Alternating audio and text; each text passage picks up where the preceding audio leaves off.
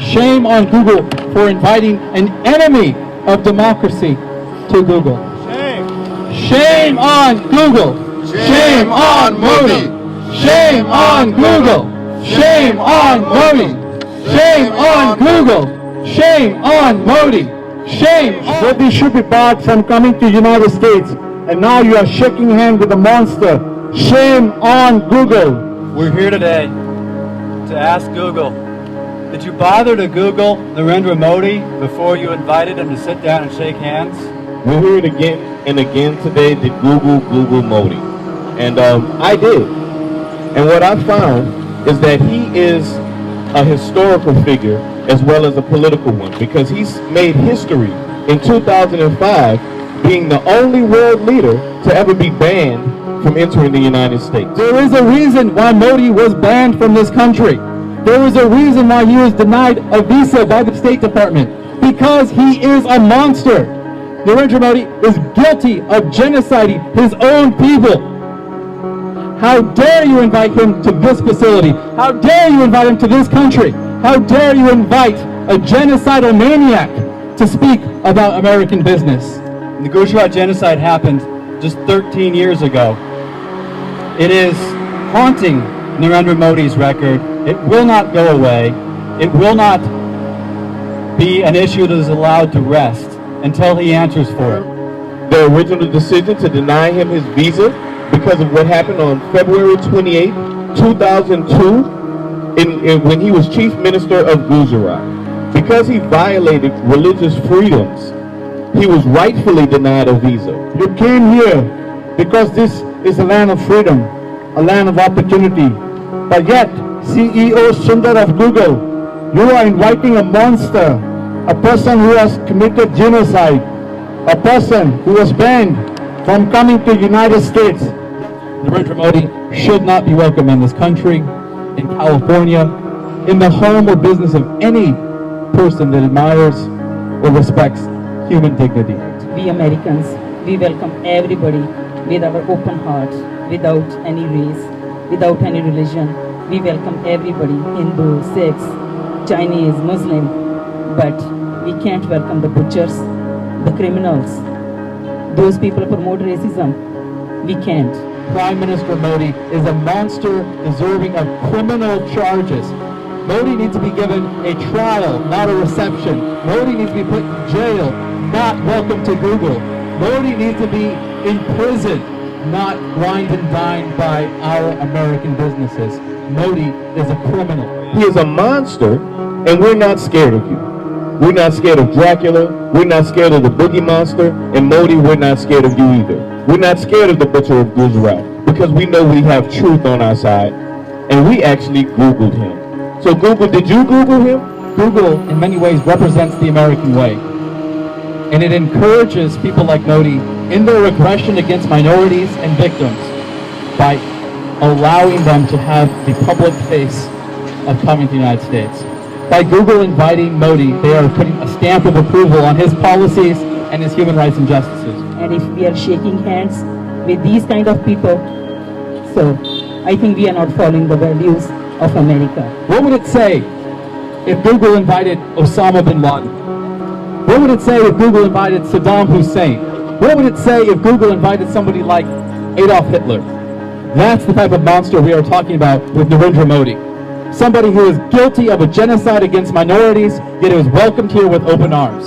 Narendra Modi is a monster. Narendra Modi has been implicated in staging this genocide against Muslims and Christians in Gujarat, India, by the United States State Department, by Human Rights Watch, by members of his own administration, by police officers who served under him. Over and over again, Narendra Modi has been directly implicated as orchestrating, as architecting this genocide, which was the first major incident of his political career. Narendra Modi was never held responsible for the deaths of the thousands of innocent civilians who were killed under his government. Google employees, they should question their CEO. Why does the CEO allows a monster to come to the United States? You may even hear from me again, but hopefully we hear from you.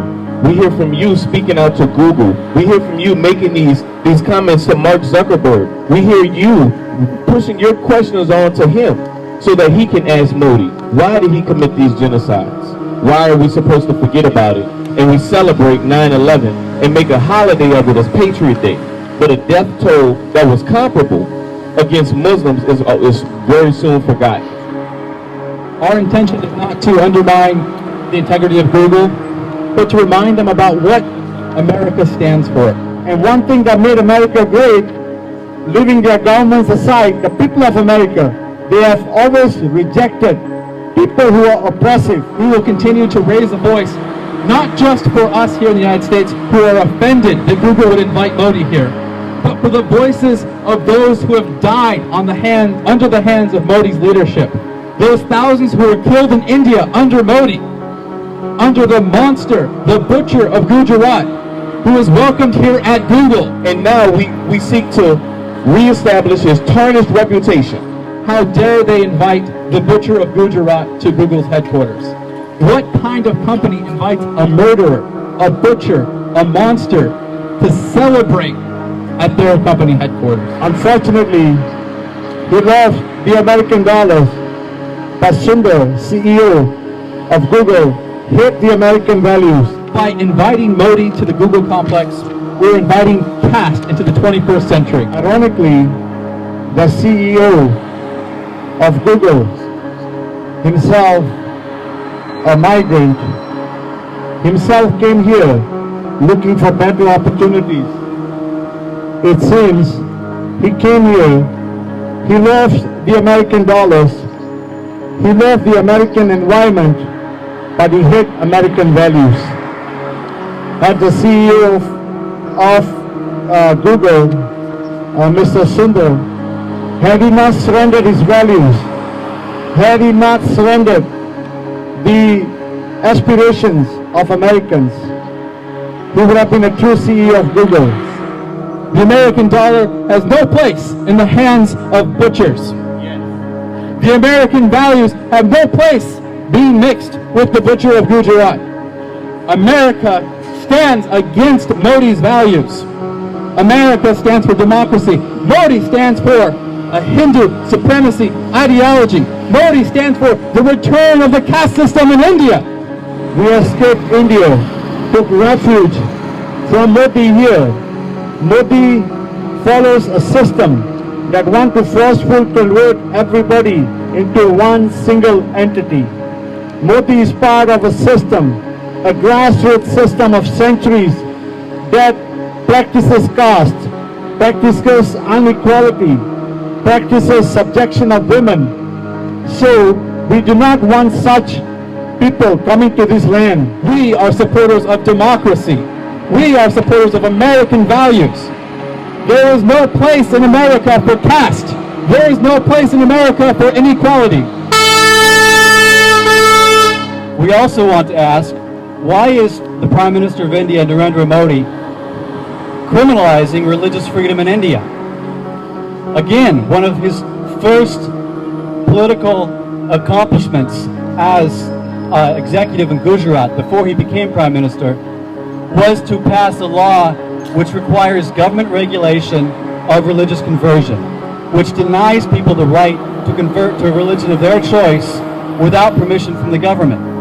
Do we understand what this means, to have an anti-conversion law? It's so foreign to the American ideal. It's so foreign to democracy. An anti-conversion law means the government can decide which religions are legal and which religions are illegal. Actually, the New York Times put it correctly when they said that Narendra Modi has two faces. When he talks to the foreign governments, he talks about development, he talks about democracy. When he goes home, then he's a totally different Modi. He can shut his mouth. Then his surrogates, they talk about reconverting everybody to Hindu. The anti-conversion policies represent Narendra Modi's goal of making India a Hindu nation, of taking away an individual's right to choose their religion. I'm from Louisiana, and in Louisiana, David Duke was a member of the KKK. Not just a member, but a grand dragon. This white supremacist was an elected politician. Electing David Duke governor of Louisiana is no different than electing Modi prime minister of India after what he did in Gujarat. By embracing Modi, they are embracing racism. We say no to Modi. We say no to Google saying yes to Modi. Make sure you wash your hands good after you shake his hand, because your blood may be there as well. That very Google, that very CEO now turns around and says, I want to shake hands with him. I want to have a cup of coffee with a monster. That is un-American. The real agenda of the anti-conversion laws is to force other religions out of the country. It's a policy of intolerance. It's a policy of bigotry. It's a policy of racism. It's a policy straight out of the mouth of Narendra Modi. It's a policy of Hindu elitism. It's a reinstatement of the caste system. So as we're here today to ask Google to shun Narendra Modi when he comes to visit next week, we want to remember that Narendra Modi is from a political party in India, which is a Hindu supremacist party. This party, the BJP, the Bharatiya Janata Party, is directly connected to a social organization called the RSS, the Rashtriya Swayamsevak Sangh, which was founded around the time of World War II, after its founders went to fascist Germany, to fascist Italy, and studied what those people were doing to oppress their own population groups and their own minority populations. And after meeting with these Nazi leaders, with these Italian fascists, the RSS was then formed in India, and Narendra Modi, now the Prime Minister of India, is a lifelong member, since I believe the age of 9 years old, of this all-male, uniformed, paramilitary organization that has millions of members throughout India, that has been directly implicated, directly linked to pogroms against Christians, against Muslims, against Sikhs, against all minority groups. And it is now seeking to pass laws throughout India, in which it has already been successful in many areas, which legislate the Hindu religion and force non-Hindus to be treated as aliens, as foreigners to the land of their birth. And if you're going to start bringing in Hindu nationalists to bring in their Hindu ideologies to this country, what else are you inviting?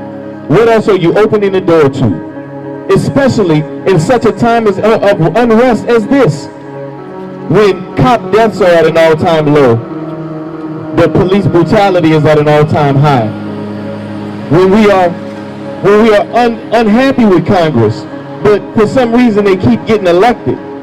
When we have all these issues in our own politics, why would we bring the blood that is on Modi's hands over here with us? The seeds of success of America is based on justice, equality. That mission of democracy and equality has been compromised by the Hindu nationalists that are led by Prime Minister Narendra Modi.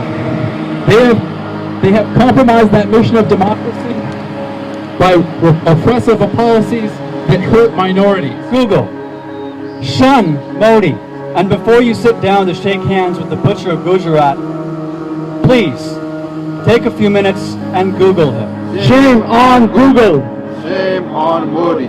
Shame on Google. Shame on Modi. Shame on Google. Shame on Modi. In India, people are killed, raped, molested by the government under Narendra Modi's watch without punishment. Criminals who kill people go free, but criminals, this is not propaganda. Google it. You can see the pictures of those innocent victims who died at the hands of Modi. That's not fucking propaganda. Shame on Google.